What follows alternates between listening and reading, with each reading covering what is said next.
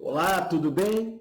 Eu sou o pastor Laerte Lafayette e tenho muita alegria de estar aqui com você para falarmos sobre o profeta Ezequiel e a sua obra literária, o seu livro. O profeta Ezequiel, um homem levantado por Deus para uma tarefa árdua.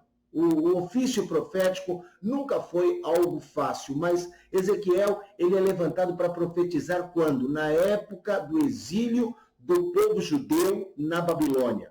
E Ezequiel ele tem um nome que é profético. Por quê? Ezequiel quer dizer Deus fortalece, vem do hebraico Yerezel. Tudo que termina em El tem a ver com Deus, tá? Então, Yerezel quer dizer Deus fortalece, o Senhor torna forte. Onde é que nós vemos a apresentação de Ezequiel? No capítulo 1, Ezequiel capítulo 1, versículo de número 3, nós lemos assim: a palavra do Senhor veio ao sacerdote Ezequiel, filho de Buzi, junto ao rio Quebar, na terra dos caldeus. Ali a mão do Senhor esteve sobre ele. Essa é a referência que nós temos. Ezequiel era filho de Buzi, pertencia a uma família de sacerdotes, tá? Uma família sacerdotal, mas não se sabe mais nada além disso, ok? É a informação que nós temos. Filho de Buzi e pertencia aí a uma família sacerdotal. Ezequiel é levado cativo para o exílio na Babilônia por volta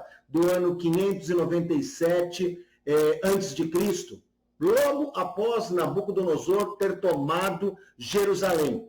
Nessa leva foram deportados os reis de Judá, que era o rei Joaquim, toda a família real, e ali Nabucodonosor levou os artesãos habilidosos, as autoridades e os cidadãos mais proeminentes. Isso aí é uma referência que a gente tem no segundo livro dos reis, capítulo 24, 14. Levou para o exílio toda Jerusalém. Todos os líderes, os homens de combate, os artesãos, artífices, era um total de 10 mil pessoas. Só ficaram os mais pobres, e aí então ele leva o profeta Ezequiel junto. Ezequiel era casado? Sim, ele era casado, mas a sua esposa falece repentinamente durante o cativeiro. Isso aconteceu logo depois de Jerusalém ser destruída pelo ataque do Império Babilônico. Aí nós já estamos aí em 586 a.C. E a Bíblia não tem nenhuma menção com referência a filhos, a herdeiros que Ezequiel tenha deixado. Falando aí da morte súbita da sua esposa, né, a gente vai ver em Ezequiel no capítulo 25. Ezequiel capítulo 25, versos 24. Tá? Ezequiel 24, vou colocar aqui na tela para você, Ezequiel 24, versos 15 e 16. Veio a minha palavra do Senhor dizendo, olha que coisa dura, filho do homem, eis que de um golpe tirarei de ti o desejo dos teus olhos, mas não lamentarás, não chorarás, nem te correrão as lágrimas. Geme em silêncio, não faça luto por mortos, ata o teu turbante, coloca nos pés os sapatos, não cubra os lábios e não coma o pão dos homens. Aqui as instruções que Deus dá. Deus não apenas leva a mulher de Ezequiel, mas fala para ele também que ele não deveria lamentar pelo acontecimento. E a morte e a proibição da mulher de Ezequiel era um sinal para a dor que viria futuramente. Era algo profético. Falando aqui de Ezequiel 24, eu leio para você agora o 19. Vamos ver aqui o 19. E o povo me disse, não nos farás saber o que significam para nós as coisas que estás fazendo? E aí, então, vem os versículos até o verso 27 para falar daquilo que aconteceria justamente com o povo de Israel. Então, ele é levado cativo para a Babilônia, ali ele se estabelece junto ao rio Quebar. O rio Quebar, segundo a geografia, fica próximo ao Eufrates, numa vila chamada de Tel Abib, perto de Nippur, na Babilônia.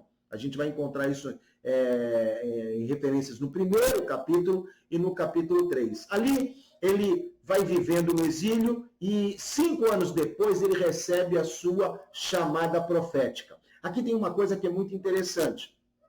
O chamado sacerdotal, ele começava aos 30 anos. Por isso que Jesus começa o seu ministério aos 30 anos. Como se tem a ideia que Ezequiel foi levado para o cativeiro com 25 anos, para o exílio com 25 anos, ele, mesmo estando em Jerusalém, no templo, ele não teria exercido o seu ofício sacerdotal. Ok? Ele vai, então, levado e 5 anos depois do exílio, ali ele começa o seu ministério profético.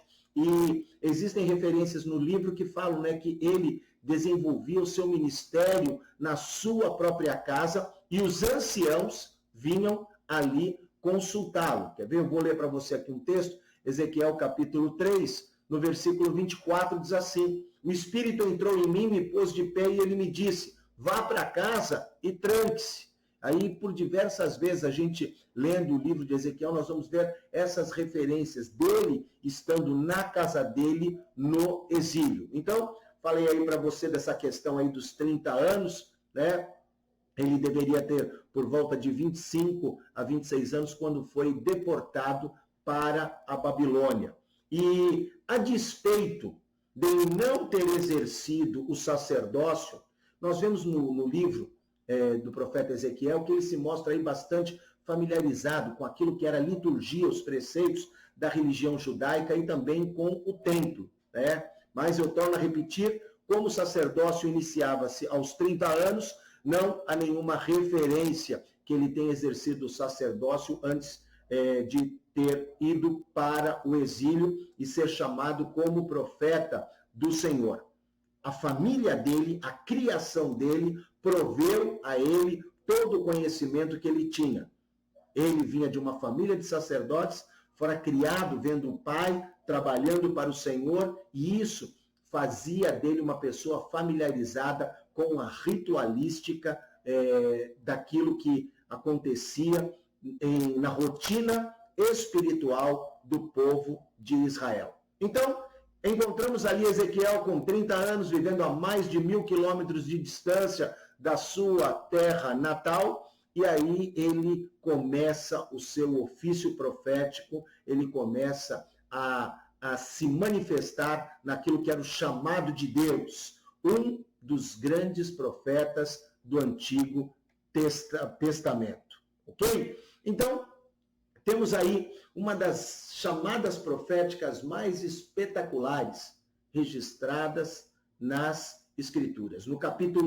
Nos primeiros capítulos, 3 primeiros capítulos, capítulo 1, 2 e 3 do livro que leva o seu nome, o livro de Ezequiel, ele tem ali a visão da glória divina, a questão ali das rodas, os animais, os 4 seres viventes, os querubins. Isso tudo me traz à memória um paralelo com aquilo que é o chamado de Isaías. Por quê?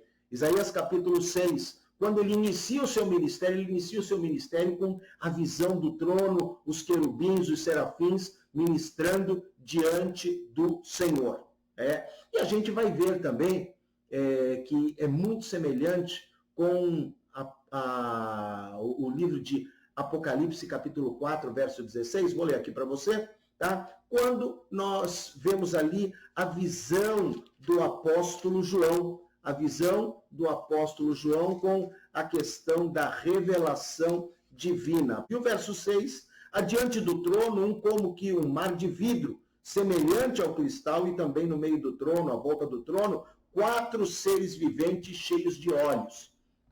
Justamente aquilo que Ezequiel viu, os 4 seres viventes. O profeta Ezequiel, ele tem uma característica interessante. Ele é chamado por Deus com uma expressão única, filho do homem. Nesse contexto, do livro de Ezequiel, a gente enxerga exclusivamente como o Senhor chamando a Ezequiel de ser humano. Ok? Enfatizando ali a insignificância humana diante da grandiosidade de Deus. Ele, sendo Jesus, se intitulando Filho do Homem, ele se mostra como alguém despido da sua deidade, aquilo que Paulo fala lá em Filipenses, ele se esvaziou, a palavra no grego é a palavra kenosis, ele se esvazia de ser Deus para ser um simples homem. E aqui, no livro de Ezequiel, ele é tratado dessa maneira, filho do homem. Qual é o propósito da mensagem profética de Ezequiel? O propósito do livro é incentivar os judeus exilados a permanecerem fiéis a Deus. Você imagina, o povo distante, o povo completamente descaracterizado, longe da sua terra, cativo. Deus levanta então esse profeta para fazer com que o povo permanecesse fiel, confiando que haveria a promessa da restauração, que Deus iria conduzir novamente a sua nação, o seu povo, de volta à sua terra de origem, que Deus traria novamente os tempos de glória para o templo, para Jerusalém, e isso aconteceria quando? Após o fim do julgamento divino sobre o povo judeu.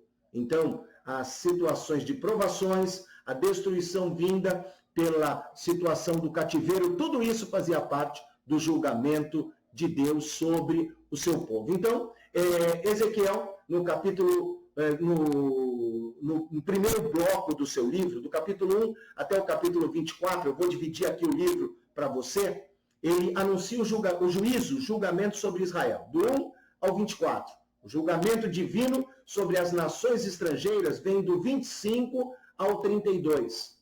Ali ele profetiza, depois da destruição da cidade, a restauração e a misericórdia para o futuro. Do 37 em diante, vem as profecias de Ezequiel sobre a restauração da casa de Davi, que seriam cumpridas justamente em Cristo. E aí, então, Ezequiel termina o último bloco do seu livro falando da glória do templo, da glória do Israel redimido. Simbolismo no livro de Ezequiel é algo muito, muito forte. Reporta, assim, a uma ideia, eu diria até mesmo um tanto apocalíptica, tá? Por isso que a gente vê essa visão, e a visão vai se repetir do começo do livro, ela se repete lá em João, no Apocalipse. E ele também, uma outra característica do livro que é muito forte, é que o profeta enfrenta grandes provações, grandes sofrimentos. Para quê? Para que a sua vida servisse de sinal, para que a nação de Israel pudesse buscar o arrependimento. É curioso, porque ele usa essa simbologia apocalíptica forte, o sofrimento da sua própria vida, mas ele usa também parábolas e provérbios. Deixa eu ler aqui para você a citação onde Deus cita aqui em Ezequiel, capítulo 12, Deus, ele cita o uso de um provérbio popular. 12, no versículo 22. Filho do homem, que provérbio é esse que vocês têm em Israel? Os dias passam e todas as visões dão em nada. Então, é muito legal ver essa maneira como Deus trata aí no livro do profeta Ezequiel com o povo, usando aquilo que era a cultura popular, um ditado popular para ministrar o povo. A gente olha e vê que no livro de Ezequiel, o que aconteceu? A mensagem dele, ela não foi lá muito bem recebida. É claro, você imagina uma palavra falando de exílio, de cativeiro e tudo mais. Porém, com o passar do tempo, ele vai ali assumindo uma posição muito mais honrosa. Então, a gente faz aí esse panorama sobre o profeta Ezequiel e justamente sobre o seu livro. E é interessante, quando eu falei para você que a mensagem não seria bem recebida, Deus havia ministrado Ezequiel. No capítulo 3, Deus fala sobre isso. Olha, Ezequiel, eles não querem ouvir a mim, e eles não vão receber bem aquilo que é a tua mensagem. O próprio Deus fortaleceria o profeta com relação ao povo, o próprio Deus estaria ali trabalhando com Ezequiel para que ele fosse animado e ele estivesse, então, vivendo o sucesso daquilo que é a sua condição profética e ministerial. Deus vem e avisa Ezequiel e fala para ele, olha, a tua palavra ela não vai ser bem recebida, mas eu sou o Senhor que vou te fortalecer. Lembra que eu falei sobre o nome Ezequiel? E eu encerro aqui a nossa aula sobre Ezequiel e o seu livro, trazendo aqui algumas situações. Por exemplo, a Bíblia não fala nada sobre a morte do profeta Ezequiel.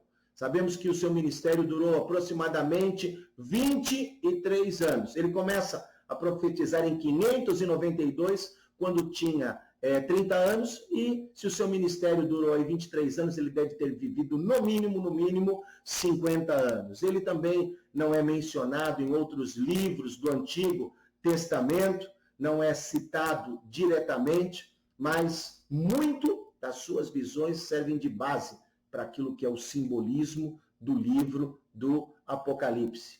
E quem foi amigo contemporâneo que esteve ministrando no mesmo tempo que Ezequiel? Jeremias e Daniel. Os três viveram durante a época do cativeiro. O único período histórico que contou com tantos profetas e escritores como aquele foi por volta da segunda metade do século VIII, quando estiveram juntos Isaías, Oséias, Amós e Miqueias. A gente vai falar nas próximas aulas, inclusive, sobre alguns deles. Então, Ezequiel estava junto com Jeremias e Ezequiel estava junto com Daniel. Onde eles estavam ministrando, para a gente poder encerrar aqui e você entender melhor esse contexto. Eles não estavam próximos uns dos outros. Jeremias profetizava em Judá. Daniel servia na corte do rei Nabucodonosor e Ezequiel estava pregando entre o povo cativo na Babilônia. Que Deus te abençoe. A gente volta numa próxima aula. Valeu demais. Tchau, tchau.